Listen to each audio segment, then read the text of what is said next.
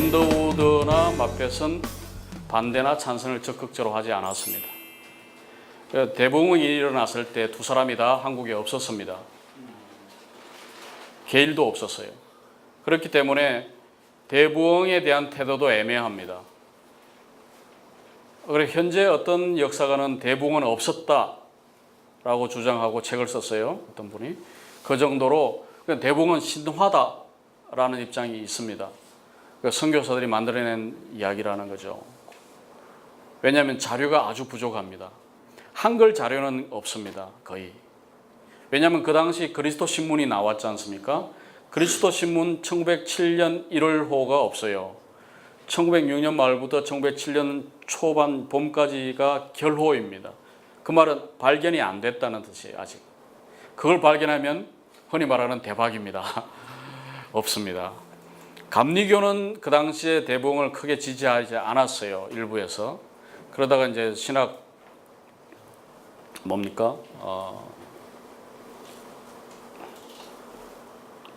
뭐죠? 신학 올본가요? 이제 거기에 이제 일부가 보도가 되기 시작하는데요. 그러니까 대부분의 자료는 선교사들은 쓴 영어 자료의 바탕에서 대부흥 운동이라고 하는 것을 재구성을 한 겁니다. 이제 저는 물론 이제 그래서 거기에 이제 사진 자료를 제공하기도 했고요, 책에서. 그러나 어쨌든 대부흥에 대한 태도도 이 언더우드 마펫이 분명하지 않고, 이제 그 다음에 이제 기도로 병 고치고 뭐 이렇게 안수해서 병 고치고 귀신을 쫓아내고 이런 부분에서 두 사람이 거의 언급하지 않아요. 근데 언급하지 않는 것은 무슨 뜻일까 하면 적극 반대하지 않아서 허용했다라고도 볼 수 있고요. 그래서 이제 그것은 이제 그렇게 이제 자세하게 분명하게 밝히려면 그 가족끼리 주고받은 편지가 있어야 됩니다. 근데 언더우드 패밀리는 그걸 공개를 안 합니다. 뭐 여러 가지 이유가 있겠죠. 가족 편지는 공개하지 않는 이유가 있겠죠. 그렇지 않으면 일기라든지 이런 공개하지 않는. 그래서 언더우드의 입장이 정확한데 그 가족 전통에서는 1세 언더우드는 귀신 추방을 지지하지 않았다라고 이야기하더라고요. 그러나 자료로 그게 뒷받침이 되지가 않아요. 이제 가족들이 하는 정언입니다. 그러나 이제 faith healing, 기도해서 낫는 것은 인정하는 글이 딱 하나 있어요. 이제 역사가들은 자료를 가지고 이야기해야 되니까. 근데 클라크 같은 경우는 이제 귀신 추방을 수용하는 글들이 몇 개 있습니다. 굉장히 보수적인 선교사임에도 불구하고. 그러면 이제 마펫에 가면은 약간의 그 서술적인 것은 나오는데 그것을 이제 지속론을 지지하는 글은 잘 나오지가 않죠. 분명하게 지지하는 이제 번하이절이나 몇 사람이 있습니다. 그 사람은 나는 입장을 바꾸었다. 나는 은사 중지론자였는데 한국에서 일어나는 일들을 보고 내 입장을 바꾸어서 이제는 은사 지속론인자가 되었다라고 표현을 해요. 아예. 그렇게까지 안 하는 사람들을 제가 그냥 중도라고 표현한 겁니다. 근데 또 반대하는 사람이 있을 거 아닙니까? 반대하는 선교사는 또 반대하는 입장을 또 표현하는데 그 표현들은 별로 없어요. 그런데 결과론적으로 이제 그 1920년대 투표하고 뭐 이런 거 보면 이제 그 당시 선교사는 다 반대를 많이 했다고 볼 수 있고요. 저도 이제 아주 깨끗하게 정리는 아직 못하고 있습니다. 예. 비록 세례를 받고 첩이 없는 것처럼 한 사람도 있고 첩을 유지하다가 서서히 버리는 사람도 있고 그런 경우에는 아주 여러 경우가 있습니다. 특히 감리교가 더 강력하게 금지를 했거든요. 완전 금지론이 감리교는 일찍 결정을 했습니다. 그건 이제 올린거에 영향이 있는데 1890년부터 술 금지, 담배 금지, 첩 금지를 먼저 감리교가 결정을 합니다. 그럼에도 불구하고 1905년, 6년, 7년 자료들을 보면 그때 가서 첩을 벌이는 사람들이 나옵니다. 대부흥을 통과하면서 드디어 첩을 벌였다. 뭐 이런 기사가 나오는 걸 보면 1890년에 금지했는데 15년 정도는 첩을 가지고 있었다고 볼 수 있는 거죠. 제 글에 보면 그 서상륜의 경우가 나옵니다. 서상륜은 중매로 결혼을 했습니다. 근데 뭐 이건 정확하지 않았지만 만나보니까 여자가 좀 못생겼어요. 그래가지고 첫날 밤부터 소박을 놨어요. 안 잔 겁니다. 근데 집안에서는 정식 결혼을 한 거예요. 그러면 정식 처죠. 근데 이제 나중에 서상윤이가 사랑하는 사람이 생겨서 그 사람하고 동거를 했습니다. 그 사람을 자기의 처로 생각하고 살았습니다. 오랫동안. 집안에서는 처를 법적인 처로 생각하고 방을 줘서 옆에 살게 했어요. 그러면 내가 서상윤이면 내 아내는 누굽니까? 두 번째. 첫 번째는 부모님이 해준 거고 나는 내가 사랑하는 사람을 살고 있어요. 10년, 20년 사는 겁니다. 그런데 이제 이 문제가 생겼어요. 첫째 논쟁이 생겼습니다. 1896년 7년. 그래서 스피어 총무가 와가지고 서상윤의 케이스를 보면서 서상윤이가 그 당 조사하지 않습니까? 이거는 부당하다. 그래서 어떻게 됩니까? 파면을 시킵니다. 그래서 1년 동안 서울에 내려가서 서울에서 조사를 했잖아요. 언더우드 조사도 하고 뭐 이렇게 쭉 조사. 서울에서 제1가는 지도자거든요. 그런데 이제 파면을 당하니까 한국 교인 전체가 들고 일어났어요. 이것은 있을 수 없는 일이다.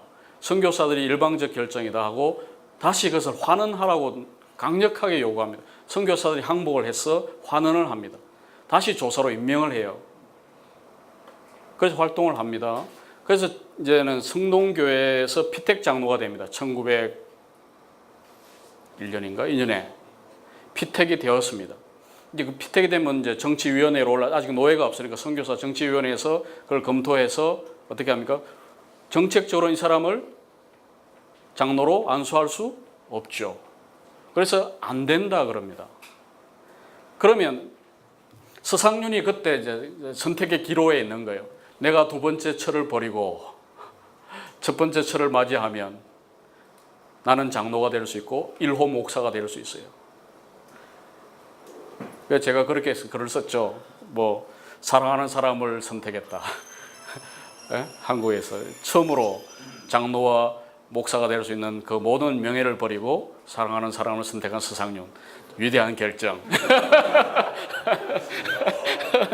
그런 아주 멋있는 남자가 서상윤이었다. 이렇게 제가 글을 썼어요. 그게 한 10몇 년, 15년 전인가 제 논문에 쓴 겁니다. 그러니까 여러 가지 경우가 있는 거예요. 그런 고민들이 다 이 논쟁 뒤에는 숨어 있는 겁니다. 우리가 보이지 않지만 뭐 이런 귀신 논쟁이니 뭐 이런 거 뭐 제 집안 이야기를 뭐 해도 좀 그렇지만은 뭐 제 할머니는 믿지 않는 집안에 이렇게 시집을 와서 그 집은 이제 할머니 집안은 다 오랫동안 믿었던 집안이에요. 이제 할아버지가 결혼하면 예수 믿겠다고 약속을 하고 장인한테 이제 결혼을 했는데 이쪽 제 할아버지 집안은 아주 뭐 귀신도 섬기고 그랬다 그래요. 이번에 제가 와서 다시 들었는데 그래서 뭐 굿도 하고 그러는 거야. 시골은 되게 그렇지 않습니까? 이제 그러면 거기는 흔히 말하는 이제 미국, 중국 같은 경우에 이제 프란시스칸 같은 입장이죠. 귀신을 섬기고 사신우상을 섬기고 이런 입장에서는 뭡니까? 이건 뭐 제사하면 안 되고, 예? 구다하면 안 되고, 완전히 이런 금지론으로 가는 거죠. 예, 첩두면 안 되고 막 이렇게 가는 겁니다. 근데 이제 그게 아니고 서울, 언더우드가 있는 서울에 오면 뭐 이렇게 교육받은 양반들이 쫙 있고 그러면 뭐 나이스하고 그런 분들이 드리는 제사는 그런 귀신 숭배적인 요소가 없을 수도 있죠. 그러니까 이제 이렇게 논쟁이 되는 건데 대부분의 평양 선교사들이나 전라도나 경상도나 뭐 충청도나 이런 쪽에 있는 분들은 이것은 귀신 숭배고 뭐 그렇게 되는 거죠. 예, 그 부분도 약간의 논쟁이 있는데 아주 자세한 기록들은 없습니다. 그러니까 첩들을 나가게 했는데 결론적으로 혹은 이혼을 시킨 거죠. 일종의 이혼을 시켰을 때 그럼 혼자 남은 이런 겁니다. 그러니까 첩이 천만 예수를 믿었습니다. 그렇죠? 그런 경우도 있을 수 있잖아요. 그러면 선교사가 요구하는 건 뭡니까? 나와야 되는 거죠. 그 집에서. 그럼 혼자 살아야 됩니다. 그래서 그런 기록들은 많이 있어요. 혼자 나와서 아주 어렵게 살아가는 여성들. 그래서 그 일부는 전도 부인이 됩니다. 그렇게 구제해 주는 경우도 있고요. 선교사들이 처음에 조금 도와주는 경우도 있어요. 교회가 도와주기도 합니다. 그러나 대부분은 아주 힘들게 살아갑니다.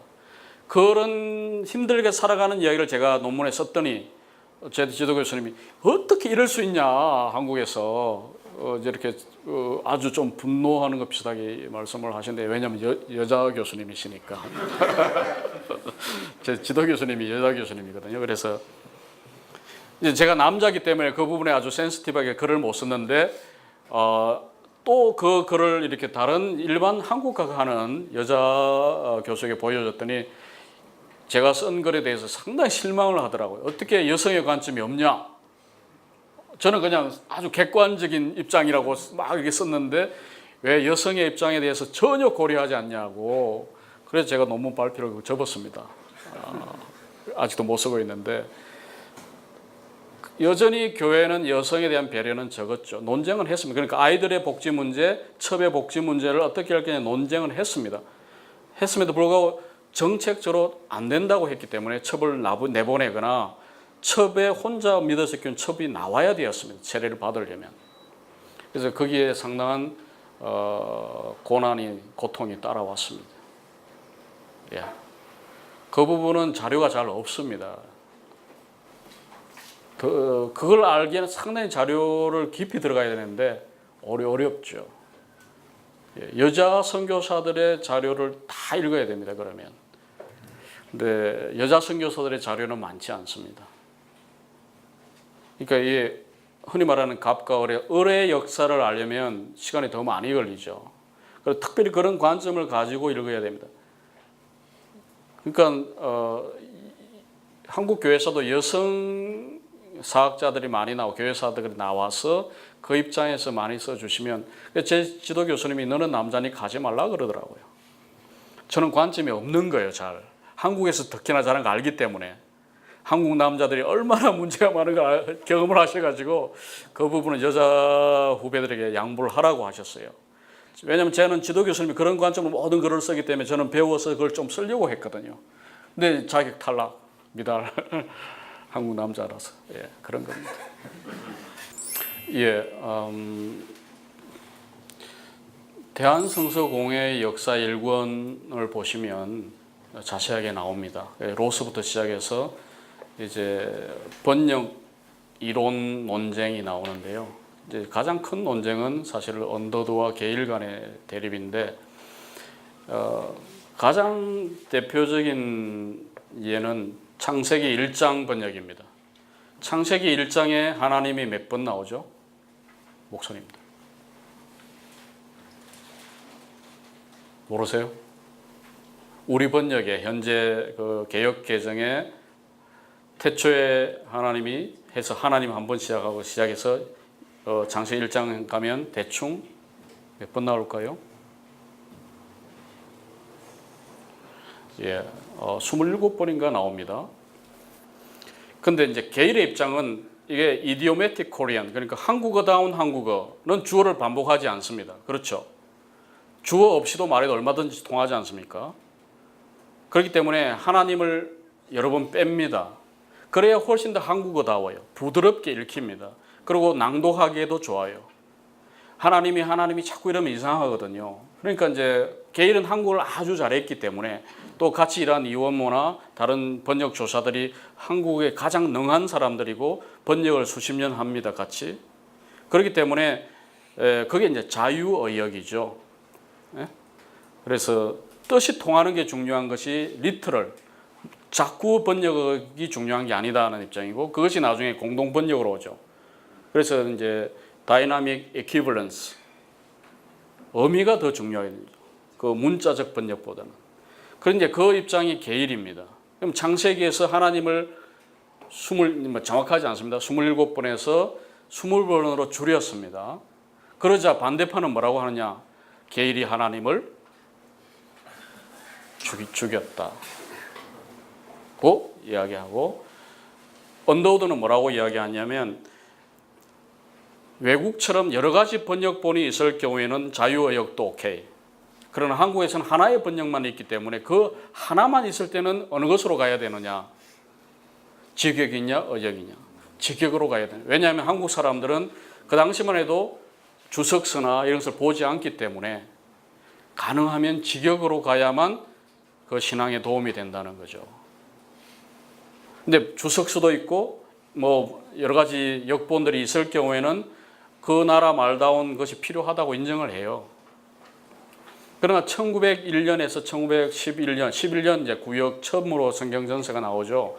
1911년 단계에서는 직역이 맞다는 거죠. 이제 이게 그러니까 역사를 하는 사람들은 그걸 항상 이야기하는 겁니다.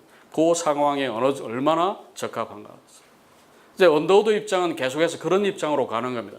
이 상황에서 무엇을 할 것인가를 계속 생각하고, 마펫이나 이런 쪽 입장은 좀 더 원칙론자들이죠. 예. 근데 게일은 어떤 교회는 원칙론으로 갔다가 어떤 교회는 좀 더 상황에 맞는 걸로 가는 겁니다. 근데 그 상황이 어느 것이 더 맞느냐를 놓고 이제 결국 논쟁을 하는 거죠.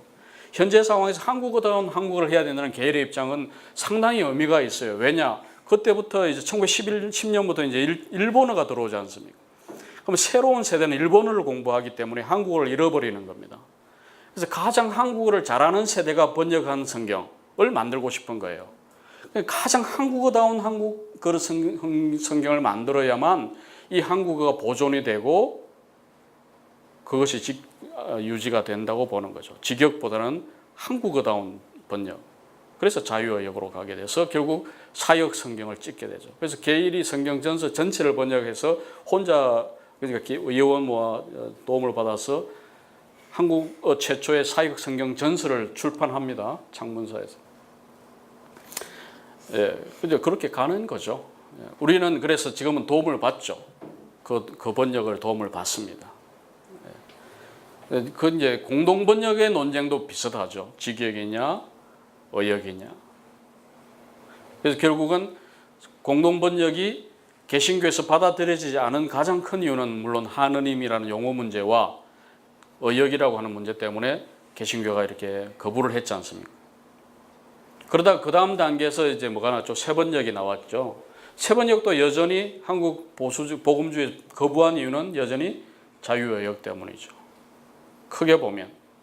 그래서 할 수 없이 성서공회가 개역 개정으로 가게 되어서 그걸 지금 가고 있는 건데, 젊은이들은 이해를 못하니까 세번역으로 가고. 그래서 근데 성경 번역은 한 30년마다 새로 할 필요는 있습니다. 언어가 30년마다 세대마다 바뀐다고 볼 수 있고 새로운 성서 이해도 생기고. 그래서 이제는 나오는 것이 한글 뭐죠? 예, 새 한글 성경인가? 예, 곧 나오죠. 예.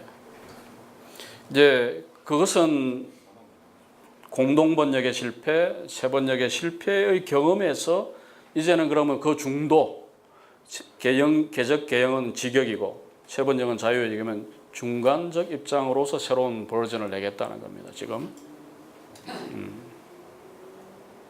이제 그렇게 이제 흘러가는 거죠. 항상 이렇게 A, B, A-B 싸우다가 C가 나오고 성공적이 될 수도 있고 모르죠. 그것은 우리는 알 수는 없죠. 예. C가 실패하면 C-가 나오는 것이고 이렇게 흘러가는 겁니다. 예.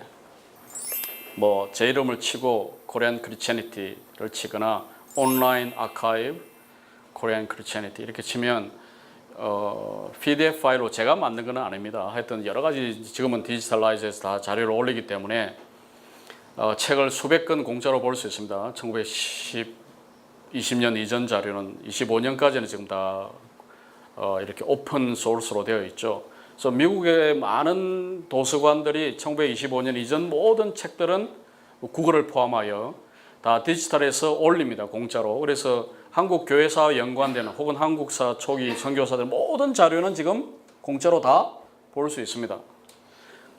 예일 자료는 주로 어디 있냐? 프린스턴 Theological Seminary. 장로교 먼저 하면 장로교는 필라델피아에 가면 Presbyterian Historical Society 장로교 역사관이 있고요. 거기 가면 모든 선교사들의 자료가 있습니다. 파일로 다 되어 있습니다. 개인 파일, 그다음 뭐 애뉴얼 그러니까 연도별로 혹은 스테이션별로 다 되어 있습니다. 그 자료들의 상당수는 한국에서 복사를 해와가지고 혹은 마이크로필름을 가지고 와서 다 상당수는 불법적으로 찍어서 재본을 해서 도서관에 다 있습니다. 웬만한 도서관에 가면 애뉴얼 레포트하고 선교사들 편지는 대개 볼 수 있는데 개인 자료는 또 따로 있습니다. 스테이션 자료도 따로 있습니다. 그 모든 것은 원본 상태로 그 가면 선교사들의 모든 자료는 보관되어 있습니다. 그 자료는 뭐냐면 선교사가 한국에서 뉴욕에 있는 선교 본부로 보낸 자료들이에요. 편지, 보고서. 그래서 개인이 쓴 거나 스테이션 이런 겁니다. 개인은 계속 편지를 씁니다. 선교 본부 총무에게. 그다음에 이제 각 스테이션, 그러니까 선교지부 서울이면 서울에서 만들리 미팅을 하죠. 월례회 혹은 분기회, 반년회, 연례회의를 하면 보고서를 다 씁니다. 그걸 다 보냅니다. 그리고 이제 한국 전체 선교회가 모이면 애뉴얼 미팅을 하면 보고서를 또 쓰죠. 그게 뭐 수백 페이지 됩니다. 애뉴얼 그 보고서가. 그럼 한 개인이 언더우드가 1년에서는 평균 하루에 한두 장씩 씁니다. 편지를. 그러면 그래서 40년을 쓰면 얼마나 될까요? 마펫 같은 경우에. 그래서 마펫 지금 제가 자료집을 만드는데 그걸 타이핑하는데 20년 걸렸죠. 미시즈 마펫이 며느리가. 그것을 제가 이제 책을 만들려고 하니까 800페이지로 15권이 되는 겁니다. 그걸 지금 작업을 하고 있는데 너무 많아서 10권으로 줄여가지고 지금 이제 샘물길에서 내기로 했는데 언더우드는 이제 좀 일찍 죽어서 다행히 1910년에 죽었기 때문에 자료집을 만드니까 5권이 되었어요. 800페이지가 5권 해가 냈고요. 그게 이제 뭘 뺐냐면 책 빼고 이제 프린트아웃 이제 출판한 책 다 뺀 겁니다. 한글 자료는 다 빼고 영어만 출판하지 않은 영어를 이제 물론 잡지 신문에 낸 거는 넣고요. 그렇게 해가지고 5권이 된 겁니다. 이제 그런 분들은 좀 많이 쓴 편이죠, 물론. 그러나 이제 평균적으로 하루에 한 페이지 썼다면 상당히 많죠. 이제 그게 이제 개인이 쌓이고 또 그 스테이션과 전체 미션이 이렇게 쌓이는 겁니다. 그리고 이제 개인 선교사가 보낸 글들을 가지고 이제 신문 잡지에 실리는 글들이 있기 때문에 그건 또 따로 찾아야 됩니다. 그런 이제 흩어져 있죠. 여러 신문 잡지 이제 기독교 잡지는 자기 지방 신문에 많이 냅니다. 또 선교사들은. 그리고 안식년을 가면 특별히 또 지방 신문에 글을 많이 써서 발표를 합니다. 그리고 이제 지금도 그러지만 선교사들은 여러 교회를 돌아다니면서 연설도 하고 그러지 않습니까? 이제 그런 글들도 따로 있고요. 그러니까 선교 본부에 보낸 거는 지금 그 히스토리컬 소사이어티에 있고 나머지 자료는 이렇게 신문 잡지 형태로 곳곳에 흩어져 있기 때문에 모아야 됩니다. 이제 장로교는 그 두 곳 가면 거의 다 있고요. 감리교는 드루 유니버시티 혹시 아세요? 뉴저지에 가면 드루 유니버시티 가면 감리교 역사도 관이 따로 있습니다. 거기는 이제 남북 감리교 다 합해서 유나이티드 메서드 철치로 해서 전체 자료가 그 감리교 역사관에 있습니다. 그 똑같은 이제 선교사들의 자료가 뉴욕에 갔거나 뭐 이렇게 남 감리교로 간 모든 자료가 있습니다. 그리고 에큐메니컬하게 모든 선교사들의 자료를 모은 기관이 두 곳이 있어요. 그게 뉴욕 유니온 세미나리, 유니온 세미나리 인 뉴욕. 거기서 다 모아서 왜냐하면 존 모트가 거기 있었기 때문에 존 모트 미셔너리 라이브러리가 따로 있습니다. 전 세계 미셔너리들이 쓴 모든 그런 글을 보냈어요. 되게 어떤 걸 출판한 몇 부를 찍지 않습니까? 그러면 이제 거기에 한 부 가고 또 한 부는 예일 유니버시티에 있는 데이 미션 라이브러리. 그러니까 거기 신학교 도서관. 그래서 예일에 있는 자료하고 유니언에 있는 자료는 거의 중복되는 게 많습니다.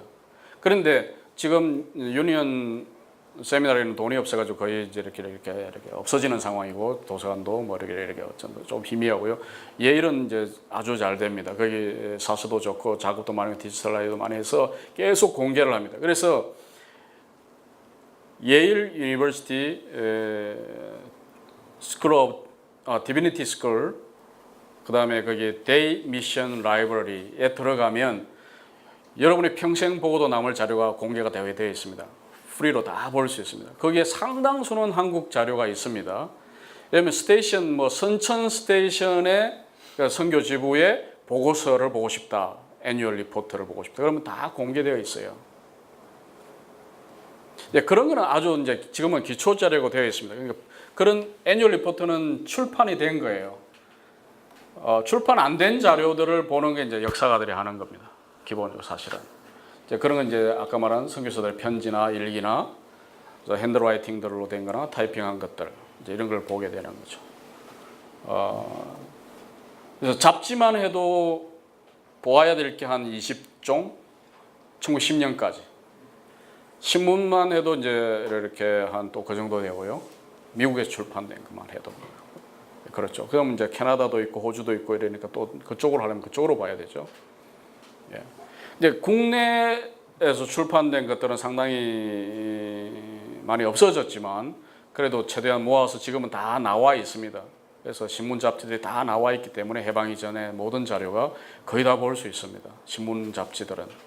이제 그것이 상당수는 지금 국사편찬위원회 그 history.org.kr인가요? 거기 들어가면 고 KR 제가 잘못 history 고 KR인지 하여튼 들어가면 어떤 키워드를 치면 예를 들어 내가 언더우드를 친다 그러면 자료가 수백 개가 나오게 되어 있습니다. 그래서 한글 자료와 이제 국사편찬이 상당수 또 번역을 하고 있거든요. 그래서 번역 자료가 거기 또 다 들어가 있고 신문 잡지를 비롯한 또 실록 자료나 이건 다 번역이 되어 있는 게 많습니다.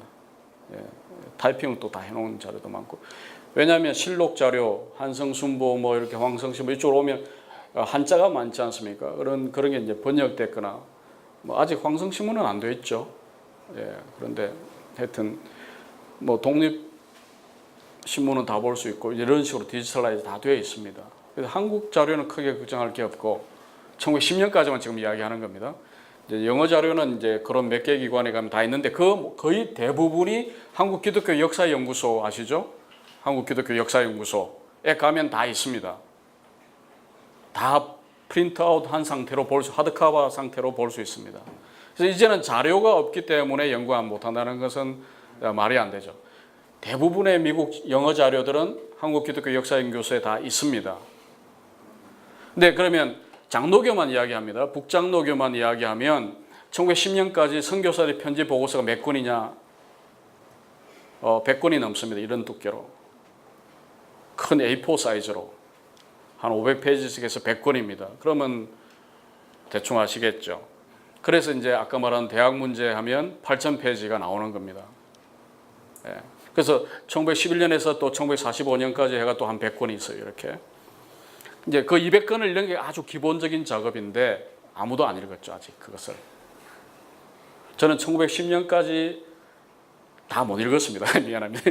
거의 읽었습니다. 다른 못 읽었습니다.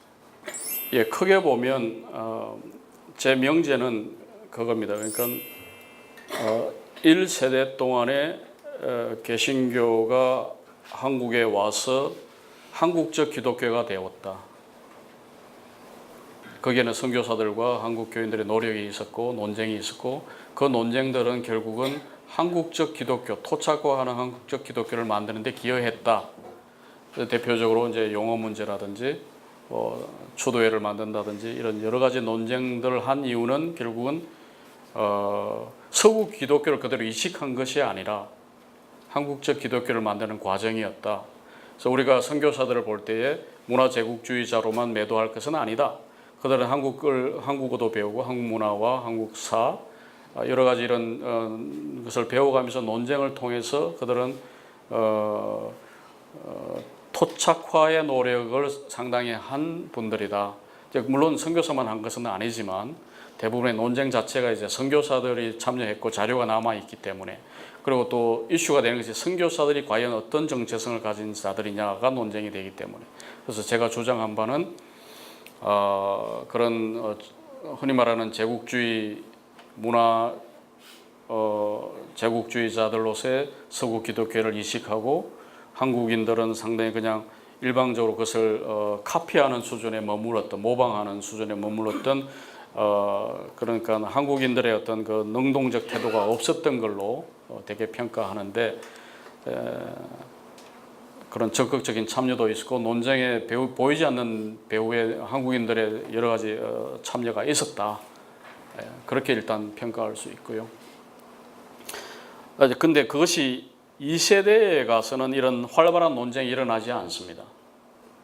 그것은 그만큼 한국 장로교가 1920년대부터 이제 미국의 영향을 받아서 근본주의 영향이 많이 들어가고 또 한편으로는 일제시대라고 하는 정치적인 제약 속에서 더 이상 어떤 그 활발한 논의가 좀 불가능한 면도 있고요. 또 1910년경부터는 이제는 교회가 조직화되었고 제도화되었기 때문에 교권주의가 흘러가게 되고 그래서 고착화되는 상황도 일어나게 됩니다. 그건 좀 어떻게 보면 어쩔 수 없는 그런 면도 있는데요. 그래서 여러 가지 요인이 식민지, 기구화, 제2세대 선교사들의 어떤 제국주의, 인종주의, 또 근본주의 영향 이런 것이 합해지면서 훨씬 그 역동성이 사라지는 모습으로 일제 시대를 보내게 되고 결국은 신사참배에 굴복하는 교회가 되어버리죠. 근데 해방 이후에는 이제 상당히 혼란스러운 기간이 오기 때문에 건전한 토론은 불가능하게 되고 그래서 우리가 이 논쟁에서 배울 수 있는 또 다른 하나는 그런 이제 토론하는 태도, 어떤 문제를 놓고 적극적으로 논의해 가면서 그것을 해결해 가려고 하는 노력들. 그것이 지금은 거의 불가능한 것이 이런 당파 싸움 수준으로 하는 것이기 때문에 당파성이 지금은 너무나 강하기 때문에 논쟁하지 않고 토론이 아니라 어쨌든 인신공격이나 어떤 이렇게 딱지를 붙이거나 뭐 이런 수준으로 이제 이루어져 가기 때문에 어떤 해결책이 지금은 나오지는 않죠. 어떤 논쟁 자체가 거의 불가능한 수준이기 때문에 초대교회에서 우리가 배울 점은 그런 토론하는 태도, 논쟁하는 태도, 그리고 또 논쟁이 끝나면 같이 아주 친구로서 같이 동력하는 태도, 이제 이런 것이 우리에게 필요하다.